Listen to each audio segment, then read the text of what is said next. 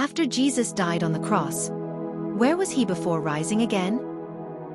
His body was placed in a tomb, sealed and guarded. But what about his spirit? The Bible gives us clues in verses like 1 Peter 3 verses 18 to 19.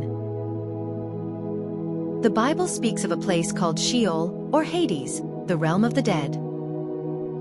Jesus went there, not to suffer, but to proclaim his victory over sin and death. Those who trusted God before Jesus' time were comforted.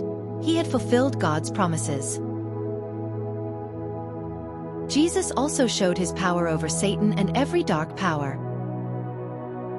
Meanwhile on earth, the tomb seemed silent, but heaven was preparing a miracle. On the third day, the stone was rolled away. Jesus was alive. Where was Jesus between death and resurrection? Proclaiming victory. And now, because he lives, we have eternal hope.